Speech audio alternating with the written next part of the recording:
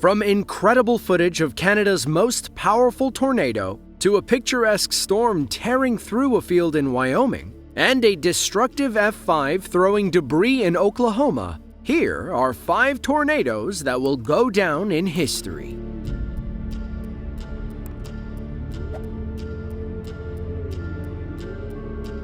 Nicknamed Hub City, Lubbock, Texas acts as the economic and education hub south of the Texas Panhandle. On May 11th of 1970, Lubbock, Texas became known for much more. A powerful multi-vortex tornado touched down as night fell over Lubbock. It caused $135 million worth of damage, or a little over $1 billion in today's money. Most of the damage was surveyed by a man named Ted Fujita, who created highly detailed remappings of the storm's path.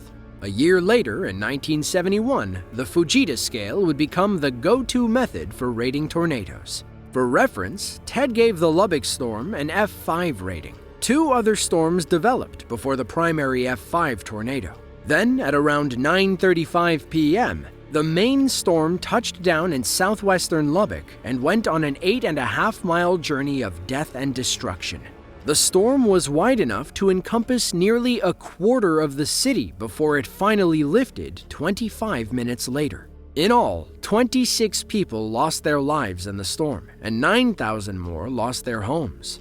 At the time, it was the most costly tornado in U.S. history, but it still came with a silver lining. Despite widespread damage, the relief and reconstruction effort revitalized the Lubbock economy and sparked a period of physical and financial growth. Moore, Oklahoma seems to be known for one thing and one thing only: crazy, powerful tornadoes. The town is in the heart of Tornado Alley, and the greater OKC metro area is good for one bad tornado a year. According to the Weather Channel, things have only ramped up since the 1980s, with the metro area experiencing an average of 2 to 3 twisters each year. Ben Holcomb, a career storm chaser, was there on May 20th of 2013 to chase a storm that was meant for the history books. Here we are, we're on Southwest. We're on 19th Street here in Moore. Going west. Watch your language. We're on 19th Street here in Moore. We're going west. There's a huge wedge on the ground. It's about ready to impact the city of Moore. It's going right up the old, almost the 99 path. Yeah. Oh my gosh. All right, we gotta go. Go. Now, Go, get in the car, get in the car. do not get up.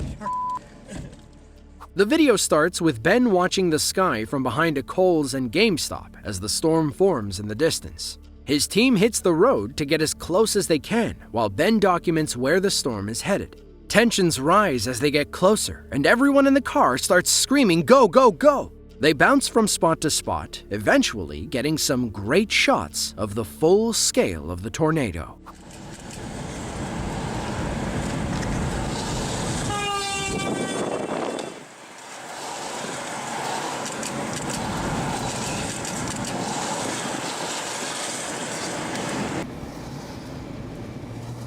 This is not what I wanted to see. I really didn't want to see this. That was going to be very fast. I didn't really want to see this. Comes the rain curtain here. You're gonna have to put your window up. Hello?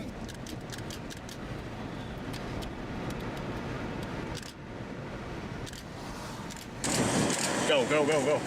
Let's get in behind this. You gotta go forward? Yes, go. Hit by debris like hey, the balance outside the car, man. Well, get in! Wow, look at this right here. We got. Hey. Holy cow. This is not good.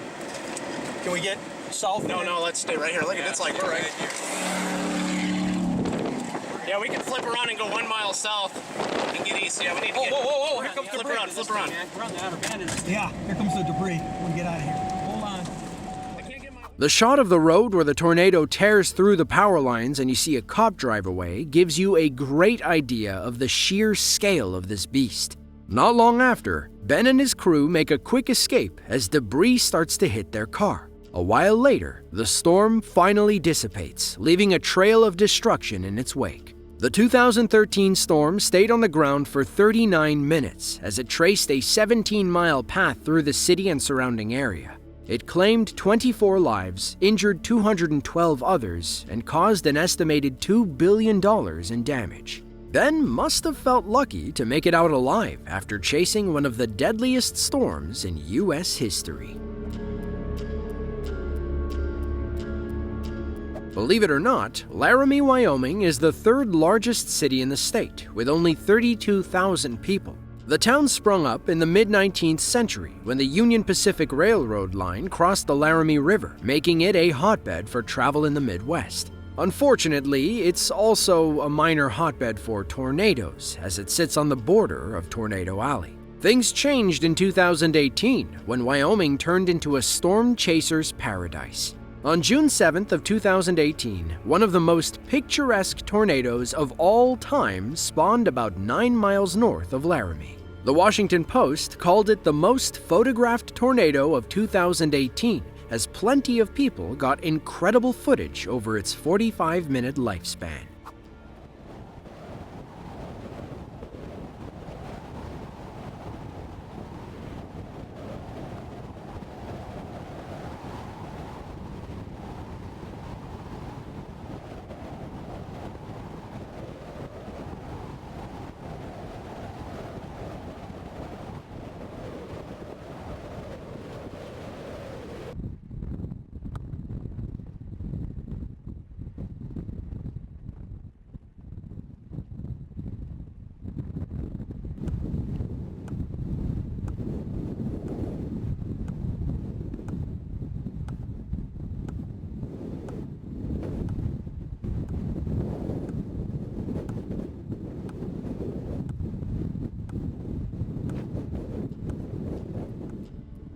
The storm looks like a thorn jutting out of the sky as it makes its way towards the ground. Once the funnel fully forms, the whole thing takes on a thick gray tone, looking like a solid mass of wind tearing across the countryside. It almost seems too perfect to be real. We see just how wide the storm is with some up-close and personal shots as the wind spins counterclockwise. But as powerful as the storm looks, it didn't do that much damage. There was some spotty damage here and there, and a few structures, fences, and power lines took a minor beating. Thankfully, nobody got hurt, and most of Laramie could sit back and enjoy nature on full display. 2018 proved to be an uncommon year in Wyoming, a state that only gets about 6 tornadoes every year. By June of 2018, the National Weather Service had already received 13 reports. Manitoba is the 5th largest Canadian province, smack dab in the middle of the country. It sports vastly different climates depending on where you are, from Arctic conditions in the north to dense forests and freshwater lakes in the south. It shares its southern border with North Dakota and Minnesota, leaving its southern towns susceptible to violent Midwestern weather. One of those towns, a tiny unincorporated community called Eli, was nearly blindsided by the most powerful tornado in Canadian history. On June 22nd of 2007, an F5 tornado touched down as part of a 2-day tornado outbreak in the area. At its widest and strongest, the Eli storm spanned 150 yards, with wind speeds reaching between 260 and 320 miles per hour. Just as the storm touched down, some storm chasers were there to film it. It's on the ground, definitely doing its thing. About a mile south of Eli. I don't know, it might hit the town. I'm not sure based on where I'm hitting. I think it might hit the town.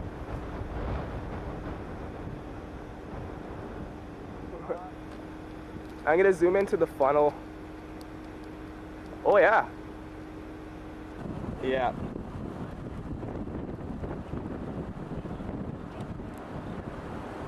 It's tearing shit up, man.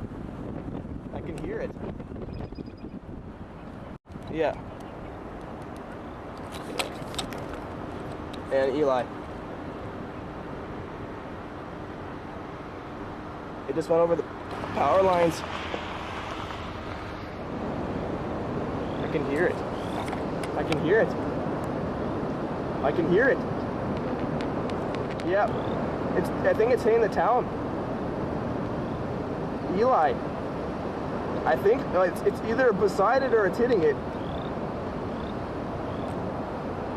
Here, hold on. Yeah, I gotta take some pictures of this shit. Actually, it just went. About 10 seconds ago, it hit a power line. About a mile away from the storm, a group of storm chasers gets the shot of a lifetime as the Eli Tornado forms overhead. You can see debris swarming around the base of the twister as it rips through an open field. Our storm chasers worry about the tornado potentially hitting the town, but there's nothing they can do but sit and watch. At one point, the storm looks like an eldritch horror coming down from the ominous sky. Then, in a blink of an eye, it fades away. Thankfully, the people of Eli had sufficient time to evacuate thanks to early warning signs. However, the storm still caused $39 million in damage, destroying a flour mill and several houses while tossing one car 330 feet like a Hot Wheel. Now, there's been some dispute regarding the F5 rating, especially after Canada adopted the Enhanced Fujita Scale, or EF, in 2013. Basically, the EF scale accounts for damage more than wind speed. For example, an F5 tornado on the old scale meant wind speeds between 261 and 318 miles per hour. On the new scale, it's anything over 200 that causes significant damage. Thankfully, nobody lost their lives in the Eli Tornado, but it still goes down as the strongest twister in Canadian history. Wichita Falls is a city in northern Texas and home to just over 100,000 people. It's the administrative center of Wichita County and has a long-standing relationship with powerful tornadoes. On Friday, April 3rd of 1964, an F5 tornado touched down in Wichita Falls, causing $15 million in property damage, or about $143 million today. The event was known as Black Friday, years before the phrase became synonymous with the day after Thanksgiving. The storm destroyed 225 homes and damaged another 250, but it pales when compared to the 1979 storm, aptly named Terrible Tuesday. Anyone in the sound of my voice, there is a tornado on the ground near the Sykes Center area in Wichita Falls. Please take cover. GPO, where's GPO? Okay, that thing looks like it's moving directly east. It's on the north side, still on the ground. Mr. Brady, go ahead. Golly, I'll tell you what, they've got a bad one up there. It appears to be coming into the town, heading towards the Kettle Freeway. On April 10th of 1979, a violent weather outbreak in North Texas spawned 13 tornadoes in the Texoma area, an interstate region between Texas and Oklahoma. Wichita Falls got hit with the most powerful storm in the series, a record-setting F4 tornado that wouldn't be topped for another 20 years. Around 6 p.m., a 1.5 mile wide tornado struck near Memorial Stadium, right in the heart of Wichita Falls. The area was heavily populated, and despite the early warnings an hour before the storm, 42 people still lost their lives, and another 1,800 suffered injuries. The storm hit just when people were getting home from work, perhaps stuck in traffic without enough time to find shelter. Terrible Tuesday left 20,000 people without homes and caused $400 million in damage, or just over $1.6 billion today. It set the record for the most costly tornado in American history until the 1999 F5 tornado in Moore, Oklahoma ascended to the throne. Now, if you're deathly afraid of tornadoes, May of 2013 was a bad year to live anywhere near the Oklahoma City metro area. The town of Moore was already recovering from the EF5 tornado that ripped through the city on May 20th. Then, 11 days later, another record-setting storm touched down 40 minutes west in El Reno. The worst part? It was only one of the dozens throughout the week. The storm hit around 6 p.m., roughly 8 miles southwest of the city. As it moved over open fields, the storm snowballed in size, eventually becoming the widest tornado ever recorded at 2.6 miles wide.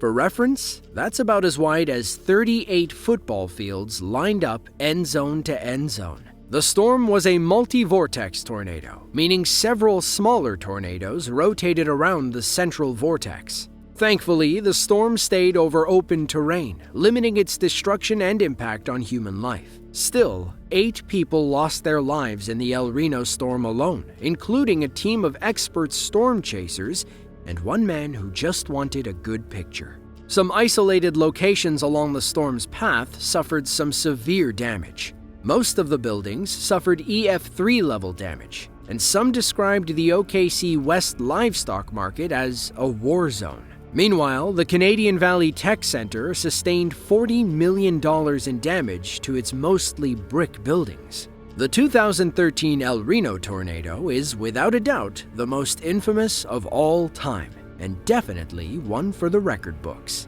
To see another video just like this one, be sure to click the link on screen now. With that, thank you all for watching, and be sure to tune in next time.